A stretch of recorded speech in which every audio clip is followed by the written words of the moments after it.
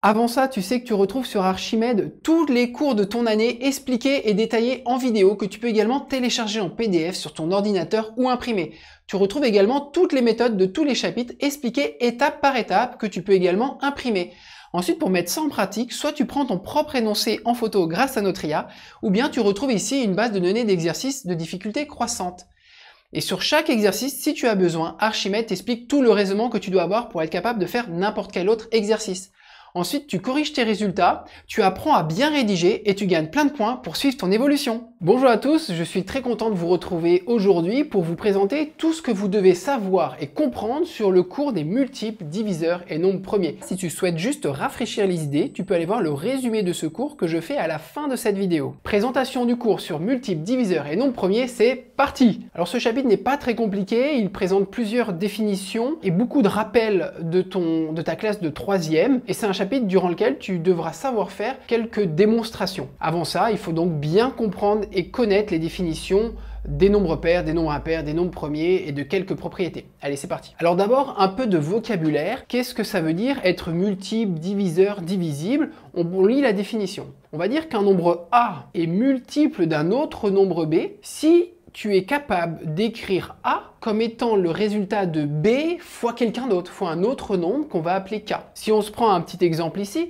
on peut dire que 12 est un multiple de 3, eh bien parce qu'on est capable de créer 12 grâce à 3 fois quelqu'un, en l'occurrence 3 fois 4. Et c'est réversible, on peut aussi dire que 12 est un multiple de 4, puisqu'on est capable de créer 12 en partant de 4 fois quelqu'un, 4 fois 3. Ça veut également dire que le reste de la division euclidienne de A par B est égal à 0. Eh bien oui, parce que si on se fait une petite division euclidienne, ici, A divisé par B, ça va donc faire K, et il va rester 0. Ici, c'est sous-entendu plus 0. En gros, on peut se dire A se divise bien par B, en quelque sorte. Il y a d'autres manières de dire la même chose, et il faut que tu sois à l'aise avec ce vocabulaire. Donc on dit que A est un multiple de B, ça on vient de le voir, mais que A est aussi divisible par B, ou bien encore que B est un diviseur de A. Et en exemple, ça donne que 12 est bien divisible par 3, et que 3 est un diviseur de 12. Mais ce n'est pas le seul diviseur de 12, hein. On a plein de diviseurs pour 12, on va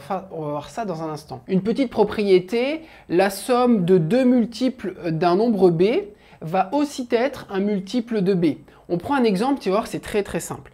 On prend 12 et 18. On est d'accord que ce sont deux multiples de 3, hein, puisque 12, on est capable de l'écrire 3 fois 4, et 18, on est bien capable de l'écrire 3 fois quelqu'un, en l'occurrence 3 fois 6. Alors intéressons-nous à cette somme, hein, puisque la propriété parle de la somme de deux nombres qui sont multiples de B. Donc on s'est donné deux nombres multiples de 3, et donc notre somme ici c'est 12 plus 18, ça fait 30. Et bien en effet, 30 va aussi être un multiple de 3, et puisque en fait, regarde avec le petit détail, 12 plus 18 c'est égal à donc 3 fois 4 et 3 fois 6, et si tu mets ton 3 en facteur, tu vas bien obtenir 3 fois quelqu'un, en l'occurrence 3 fois 10. La démonstration, elle est basée sur le même fonctionnement que ce petit exemple. Tu la liras, tu verras, elle est très simple. Elle repose simplement sur le fait que tu es capable de mettre ton B en facteur. Ensuite, les critères de divisibilité. Donc là encore, ce sont des rappels, mais qu'il est toujours bon de bien avoir en tête. Alors, je vais te les faire dans l'ordre. Quand est-ce que nous sommes divisibles par 0 ? Question piège, on n'est jamais divisible par 0. C'est même la pire insulte que tu peux faire en maths. On n'est jamais divisible par 0. Quand est-ce qu'on est divisible par 1? Et bien là, par contre, on est tout le temps divisible par 1. Tous les nombres sont divisibles par 1. Quand est-ce qu'on est divisible par 2? À partir du moment où tu vas avoir un nombre pair, c'est-à-dire que le chiffre des unités va être 0, 2, 4, 6 ou 8. Quand est-ce qu'on est divisible par 3? Eh bien, si tu fais la somme des chiffres du nombre, tu dois trouver un nombre qui est divisible par 3. On peut prendre un petit exemple. 372 est bien divisible par 3 parce que si tu fais 3 plus 7, ça fait 10, plus 2, ça fait 12. Et 12 est bien un nombre qui, lui, est divisible par 3. Donc, 372 va être divisible par 3. Quand est-ce que nous sommes divisibles par 4? Alors là, tu ne vas t'intéresser qu'aux deux derniers chiffres qui constituent ton nombre et il doit former un nombre. On n'y touche pas, on ne fait pas la somme ou quoi que ce soit, on laisse tel quel. Mais ce nombre formé des deux derniers chiffres du nombre qui t'intéresse doit être divisible par 4. En exemple, sur 6748, on va regarder uniquement les deux derniers chiffres, c'est-à-dire 4 et 8, et donc ils forment le nombre 48. Est-ce que 48 est divisible par 4? Eh bien oui, puisque c'est 4 fois 12, donc 6748 est bien divisible par 4. Ensuite, tu le connais bien, quand est-ce qu'on est divisible par 5? Eh bien, c'est si ton chiffre des unités, c'est 0 ou 5. Quand est-ce qu'on est divisible par 6? Quand tu es divisible à la fois par 2 et à la fois par 3. Eh bien oui, parce que 6, c'est ni plus ni moins 2 fois 3. Donc si tu veux être capable de diviser par 6, il faut que ton nombre puisse être divisible par 2 et par 3. Quand est-ce qu'on est divisible par 9? C'est un petit peu le même principe que pour la division par 3. On est divisible par 9 si la somme des chiffres de ton nombre est divisible par 9. Quand est-ce qu'on est divisible par 10? Eh bien, quand ton chiffre des unités, c'est 0. Et quand est-ce qu'on est divisible par soi-même? Toujours. Sauf si bien sûr on est 0. Par exemple, 15 est divisible par 15. Tu dois connaître par cœur ces critères de divisibilité parce que tu vas t'en servir très régulièrement pour être capable notamment de décomposer en produits de facteurs premiers tes nombres. Ce ne doit avoir aucun secret pour toi, ça. Alors maintenant, peut-être la nouveauté de seconde de ce chapitre, c'est être capable de désigner et de reconnaître un nombre pair et un nombre impair. Donc on l'a dit, un nombre pair, la définition, c'est un nombre dont le chiffre des unités va être 0, 2, 4, 6, ou 8. Mais maintenant, quelle est la structure? Et c'est cette propriété qui est fondamentale à retenir. Quelle est la structure d'un nombre pair? Eh bien, étant donné qu'il est divisible par 2, tout nombre pair, nous sommes capables de l'écrire comme étant 2 fois quelqu'un. Et attention, il faut bien préciser que ce quelqu'un doit être entier. Si tu ne le précises pas, dans ce cas-là, tu pourrais écrire que 7, c'est bien un nombre pair, puisqu'il s'écrit 2 fois quelqu'un. Tu vois, 2 fois 3,5. Et oui, mais là, 3,5 n'est pas entier, donc évidemment 7 n'est pas un nombre pair. Il faut vraiment que ton 2 fois quelqu'un avec quelqu'un d'entier. Voilà, 4 pardon, est bien un entier. Et une petite précision, on s'en fiche de la parité de ce quelqu'un.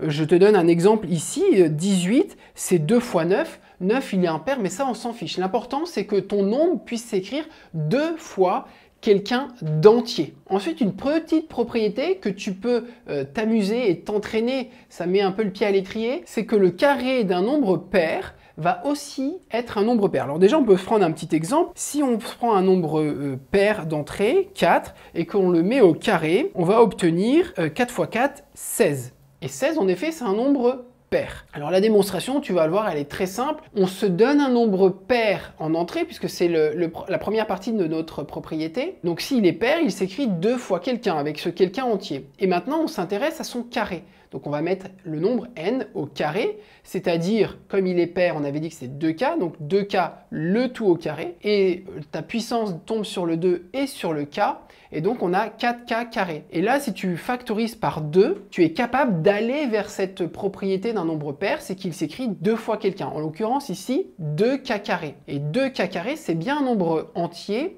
puisque k est un nombre entier, k au carré, donc son carré va être aussi un entier, et 2 fois un entier, c'est aussi un entier. Donc on a bien montré, et c'est important de le préciser, que ceci appartient bien au nombre entier. Alors de la même manière, un nombre impair, qu'est-ce que c'est? Eh bien c'est un nombre qui a son chiffre des unités qui va être 1, 3, 5, 7 ou 9. Mais le plus important, c'est là aussi de retenir la propriété.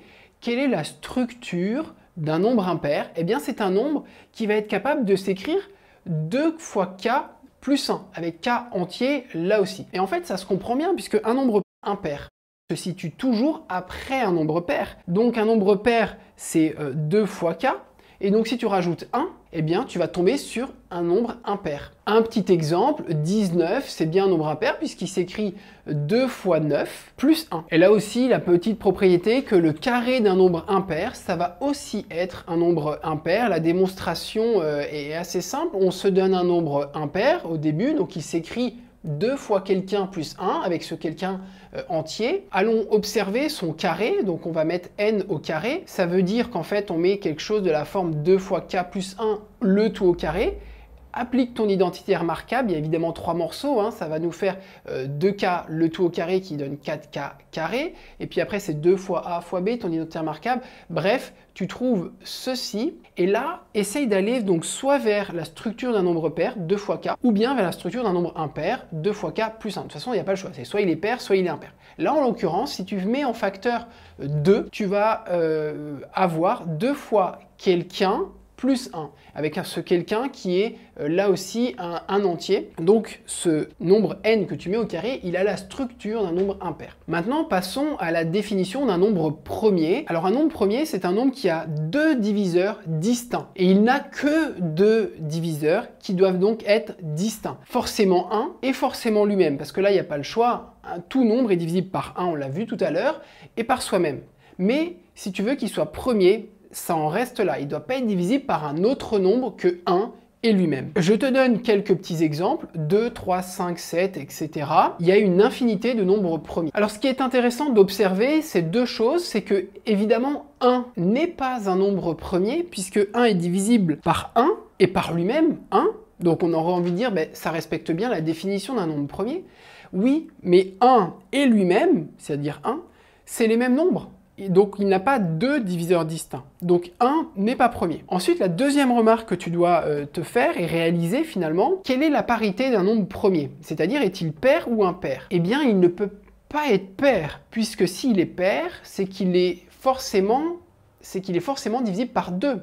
S'il est pair, il va forcément s'écrire 2 fois quelqu'un, et donc il va être divisible par 2. Donc, il aura comme diviseur 1, lui-même, et à minima 2. Donc, tous les nombres pairs ne sont pas premier, sauf 2, parce que 2, eh bien, il n'a pas la place d'être divisible par 2, entre guillemets, parce que, enfin, si, il l'a, mais c'est lui-même.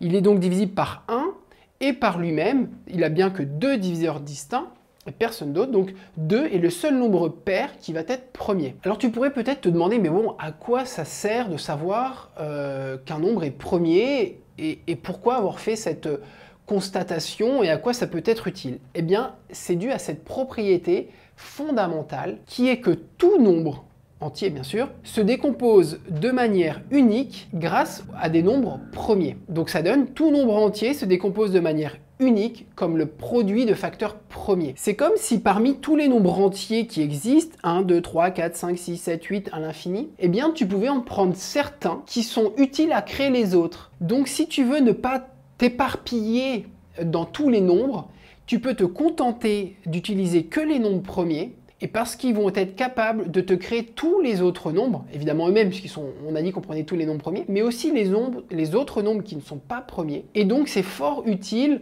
pour des problèmes d'algorithmie, par exemple, et donc très utilisé dans l'informatique. On peut prendre un exemple, 50, tu vas le décomposer, donc c'est 5 fois 10. 5 c'est premier, donc on s'arrête, mais 10 n'est pas premier, c'est 2 fois 5. Et après, tu peux faire ce regroupement, et donc finalement, tu vois que tu as 2 fois 5 au carré. Donc avec 2 et 5 qui sont des nombres premiers, tu as réussi à créer 50. Donc vraiment, retiens-le. Si tu ne veux pas t'éparpiller dans tous les nombres, contente-toi de parler qu'avec les nombres premiers. Très utile pour décomposer un nombre, simplifier une fraction, simplifier des racines, etc. Qu'est-ce que c'est qu'un diviseur commun à deux nombres? La définition est dans ce qu'on vient de dire. Un diviseur commun à deux nombres, A et B par exemple, ça va être un nombre qui divise à la fois A et à la fois B. Il est commun à A et à B. 5 par exemple, c'est un diviseur commun de 15 et 30, puisque 5 divise bien 15, étant donné que 15, on est capable de l'écrire 5 fois 3. Et il divise bien 30, étant donné que 30, on est capable de l'écrire 5 fois 6. Mais c'est pas tout, 15 et 30 ont d'autres diviseurs communs, qui sont par exemple 1, qui sont également 3, 5 et 15. Alors là, justement, il est parfois intéressant de s'intéresser au PGCD de deux nombres. Là encore, la définition est très simple, elle est dans le mot PGCD. Le PGCD de deux nombres, c'est tout simplement le plus grand diviseur commun à tes deux nombres A et B. Donc si on reprend notre exemple ici de 15 et 30, leur plus grand diviseur commun, ça va être 15. Et maintenant, si on fait l'exemple sur 20 et 30, c'est 10. Pourquoi? Parce que si tu fais les diviseurs de 20, tu vas avoir 1, 2, 4, 5, 10 et 20. Si tu fais les diviseurs de 30, et tout simplement, tu regardes dans tes deux listes quels sont d'abord les diviseurs communs, et ensuite, parmi ceux qui sont communs, tu peux entourer, tu vas prendre le plus grand. C'est aussi simple que ça. Il y a également des méthodes qui te permettent d'être plus rapide dans ce calcul du PGCD. Je t'invite à aller voir les méthodes. Ensuite, qu'est-ce que ça veut dire? Que deux nombres sont premiers entre eux. Eh bien, deux nombres vont être dits premiers entre eux s'ils n'admettent aucun diviseur commun autre que 1. On se prend un exemple pour bien comprendre cette définition. 5 et 6. 5 et 6 sont premiers entre eux, puisque si tu fais les diviseurs de 5, eh bien tu as 1 et 5 uniquement, puisque 5 de base est premier, donc il n'a pas plus que 2 diviseurs. Et 6, les diviseurs sont 1, 2, 3 et 6. Comparons le nombre de diviseurs qu'ils ont. Le seul diviseur commun qu'ils aient, c'est 1. Donc on va dire que 5 et 6 sont premiers entre eux. Ce qu'il faut bien comprendre, c'est que des nombres premiers et des nombres dits premiers entre eux, ce sont deux notions qui n'ont en fait rien à voir. Alors évidemment, si tu prends deux nombres premiers de base, évidemment ils vont être premiers entre eux, puisque s'ils sont premiers, ça veut dire qu'ils ont comme diviseur 1 et eux-mêmes, 1 et eux-mêmes, donc finalement, le seul diviseur commun qu'ils vont avoir, ça va être 1. Donc évidemment, ils sont premiers entre eux. Par contre, tu peux avoir deux nombres qui ne sont pas du tout premiers, mais entre eux, ils vont l'être. On voit ça sur un exemple. 21 et 25, tu es bien d'accord qu'ils ne sont pas du tout premiers, puisque 21, c'est déjà 3 fois 7. Donc 21, en plus d'être divisé par 1 et par 21, il est déjà divisé par 3 et par 7. Et pareil pour 25, c'est 5 fois 5, donc 25 n'est pas premier non plus. Et pourtant, 21 et 25 sont premiers entre eux, puisqu'ils n'ont pas de diviseur commun autre que 1. Ça se voit très bien sur l'exemple. Là, j'ai fait la liste des diviseurs de 21. On a 1, 3, 7 et 21. 25, on a 1, 5 et 25. Le seul diviseur commun qu'ils ont, c'est bien 1. Donc 21 et 25, certes, ils ne sont pas du tout premiers. Par contre, ils sont premiers entre eux. Alors, comment on peut exprimer ça avec un PGCD? Ça veut dire que le plus grand diviseur commun de deux nombres qui vont être premiers entre eux, que vaut-il? Puisque le seul diviseur qu'ils ont, c'est 1, leur plus grand, leur PGCD, c'est bien 1. C'est la petite propriété qui est écrite ici. Si le PGCD de deux nombres vaut 1, c'est qu'ils sont premiers entre eux. Quand est-ce qu'on va dire qu'une fraction est irréductible, comme les Gaulois? C'est qu'on ne peut pas simplifier davantage le numérateur et le dénominateur entre eux. Ils n'ont pas de diviseur commun autre que 1. Tiens, ça peut faire penser à quelque chose qu'on vient de voir. Une fraction va être dite irréductible si le numérateur et le dénominateur sont premiers entre eux. Et oui, on ne trouvera donc pas de diviseur commun à ton numérateur et dénominateur autre que 1, parce que 1 il est tout le temps là. Et c'est pour ça qu'ils ne sont pas simplifiables. Et donc on va dire qu'ils sont premiers entre numérateur et dénominateur. Une autre manière encore de dire la même chose, ça veut dire que ton PGCD, ton plus grand diviseur commun entre ton numérateur et ton dénominateur, ça va être 1. On peut se prendre un exemple autre que celui qui est écrit 4 tiers. On peut reprendre 21 et 25. C'est bien une fraction irréductible puisque on ne peut pas simplifier davantage. Il y a plein de manières de voir ça. Il y a la possibilité de voir que 21 et 25 sont premiers entre eux, mais aussi on peut se faire une petite décomposition. 21 c'est 3 fois 7, 25 c'est 5 fois 5.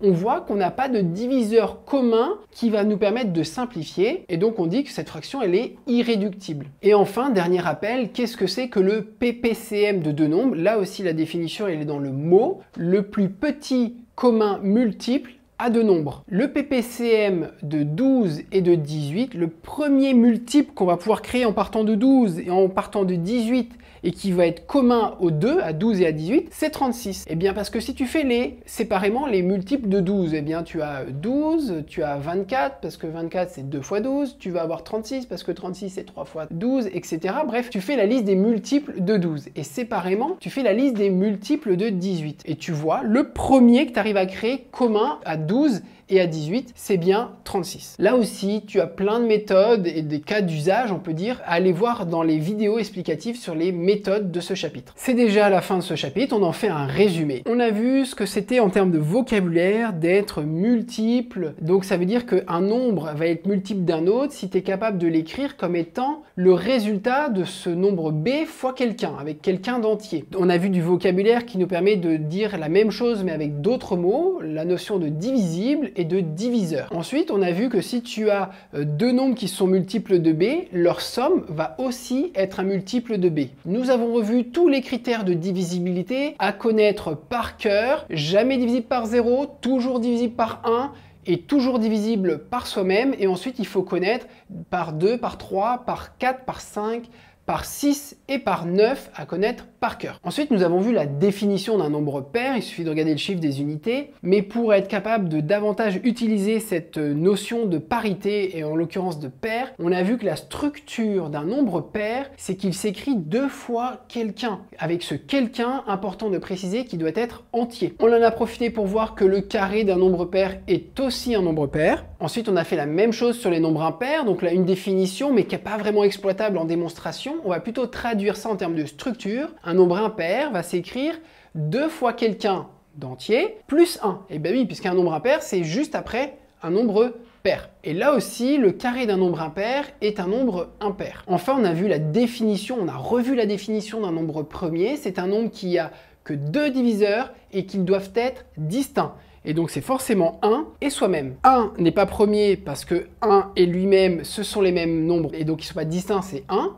Et 2 est le seul nombre pair qui est premier. Tous les autres nombres premiers sont forcément impairs, puisque tous les autres nombres pairs vont au moins être divisibles par 2. Et donc, ils ont un diviseur de plus que 1 et eux-mêmes, donc c'est bon, ils sont exclus des nombres premiers. On a vu à quoi servaient les nombres premiers, et bien en fait, ils nous permettent d'être ces briques de base avec lesquelles on est capable de construire tous les autres nombres. Et en plus, cette construction d'un autre nombre, elle est unique. Tu ne pourras pas construire un nombre de 2 manières différentes en faisant appel au nombre premier. On a vu ce que c'était qu'être un diviseur commun de nombres, c'est qu'on divise à la fois le premier et le deuxième, et puis parmi eux, on a vu le plus grand diviseur commun aux 2 nombres, leur PGCD. Enfin, on a vu ce que c'était que 2 nombres soient premiers entre eux, c'est qu'ils n'ont pas de diviseur commun autre que 1. On a bien compris que être premier de base séparément n'a pas de rapport direct avec être premier entre eux.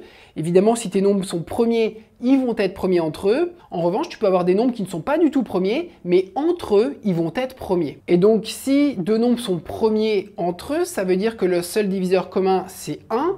Et donc, leur plus grand, leur PGCD, c'est 1. Donc, si le PGCD de 2 nombres vaut 1, c'est que ces 2 nombres sont premiers entre eux. Très simple, du vocabulaire. Encore une fois, une fraction elle est dite irréductible si tu ne peux pas simplifier davantage entre ton numérateur et ton dénominateur. Ça veut dire que la fraction elle est irréductible si tes numérateurs et dénominateurs sont premiers entre eux, ils n'ont pas de diviseur commun autre que 1. Et encore une autre manière de dire la même chose, c'est que le PGCD de ton numérateur et dénominateur vaut 1. Et enfin, on a vu ce vocabulaire PPCM, c'est le plus petit commun multiple à 2 nombres, c'est le premier multiple qu'on est capable de créer en partant de nos 2 nombres séparés. C'est la fin de ce cours.